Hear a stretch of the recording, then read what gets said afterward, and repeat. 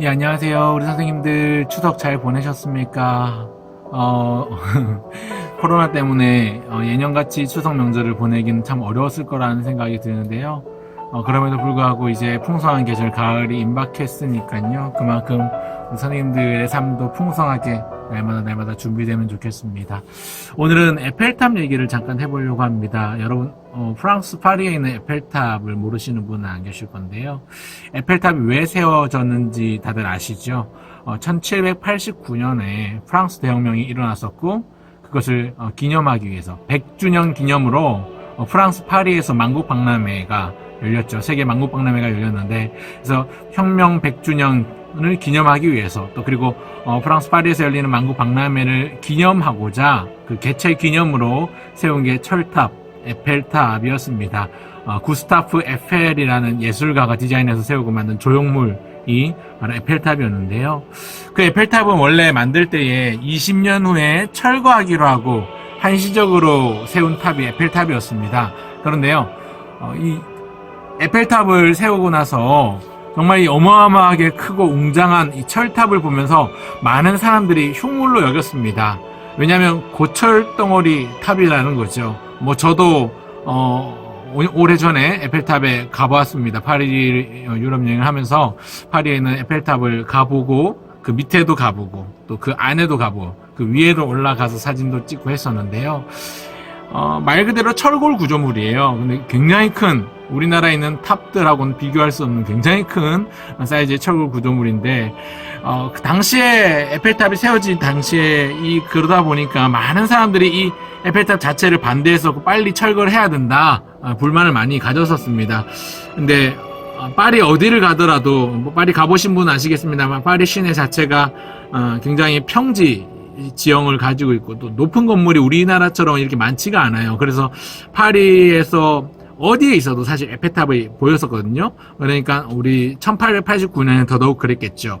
그러다 보니까 어디 가도 에펠탑이 잘 보이니까 너무나도 흉물이라고 생각을 하고 사람들이 심지어 유명한 모파상 같은 경우는 에펠탑이 안 보이는 데서 밥을 먹고 싶다, 에펠탑이 안 보이는 데서 식사하겠다라는 마음으로, 에펠탑이 안 보이는 곳이 어딜까요? 바로 에펠탑 안인 거죠. 그래서 에펠탑 안으로 들어가서 식사를 하게 되는 이러한 일들이 일어나기까지 합니다. 실제로 이제 에펠탑 안에 식당이 생겨나게 된 배경 자체가 에펠탑이 보이지 않는 유일한 파리의 장소가 에펠탑 안이었기 때문에 그렇습니다. 20년 있으면 사라질 에펠탑이었는데, 그런데 그 에펠탑이 지금까지 살아남은 데는 분명한 이유가 있습니다. 바로 존재의 가치가 있었기 때문인데요.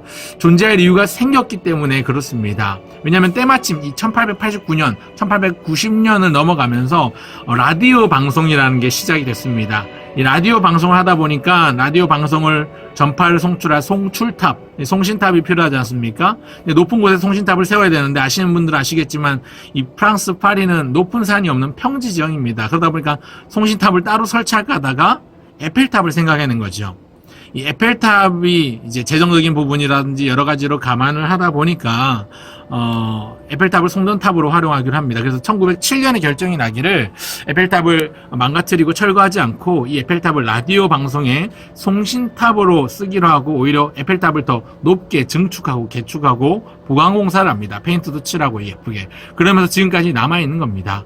그렇게 존재 가치가 생긴 에펠탑이 이제 전 세계인이 사랑하는 관광 명소가 되었고, 프랑스의 수도 파리를 넘어서 프랑스란 한 나라를 대표하는 랜드마크가 되었습니다. 많은 사람들이 향후 100년 동안, 아니 앞으로도 에펠탑이 없어질 것이다 라고 생각하지는 않지 않습니까? 에펠탑을 생각하면서 우리도 마찬가지라고 생각합니다. 제가 내일 우리 아이들 우리 설교하면서 이야기를 하는 게 우리의 삶의 목적, 우리의 존재의 이유였는데, 우리가 존재하는 이유를 분명히 할 필요가 있습니다. 우리 스스로 나는 존재할 만한 사람이야 라고 생각하면 굉장히 당당하게 살 수 있지 않습니까? 교회도 마찬가지라고 생각합니다. 교회가 존재하려면 세상 사람들에게 존재하는 이유를 분명하게 보여줘야 될 필요가 있어요. 지금처럼 바이러스가 교회를 매개체로 확산되다 보니까 사람들이 꺼리는 곳이 교회가 돼버렸고, 또 교회에 다니는 사람들이 다 같이 싸잡아서 욕을 먹고 있는 시기가 이어지고 있지만, 사실은 교회는 이제껏 인류에 굉장히 많은 공헌을 해왔습니다. 굉장히 교회가 없으면 안 되는 존재였지요. 내가 비록 교회는 안 다녀도 교회가 있으니까 세상이 참 좋아져 라고 생각하는 사람이 많아지면 교회는 계속 존재할 수 있는 것이죠. 세상 사람들이 보면서 교회가 하나 필요해.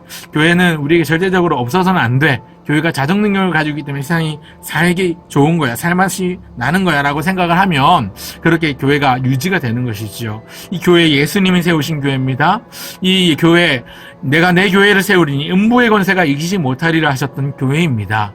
그리고 나서 우리가 로마 제국의 핍박 속에서도 살아남았던 것이 바로 교회였고요. 얼마나 많은 기독교 박해 속에서도 지금껏 견뎌왔습니까? 우리나라의 역사만 보더라도 박해 때 더 힘들게 어렵고 어려움 때 고난 때에 더 우리가 잘 버텨왔던 교회 아닙니까?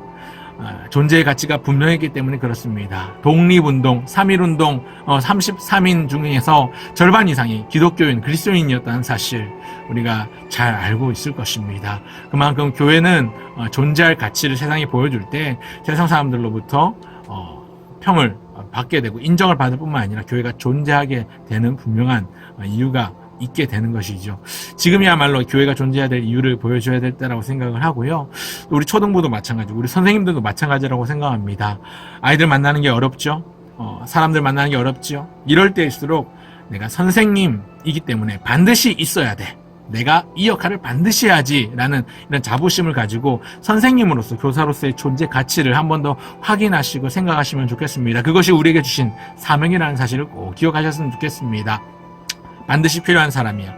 이 사람 우리 회사에 정말 없어서는 안 될 사람이야 라고 인정받는 사람이 회사에서 좋은 일을 하는 것처럼 교회에서도 마찬가지. 우리 초등부에서 없어서는 안 될 선생님, 우리 초등부에서 없어서는 안 될 존재라고 우리가 생각하고 인정받을 수 있어야 사람들에게 우리가 교회 안에서 영향력들을 발휘할 수 있는 것이지요.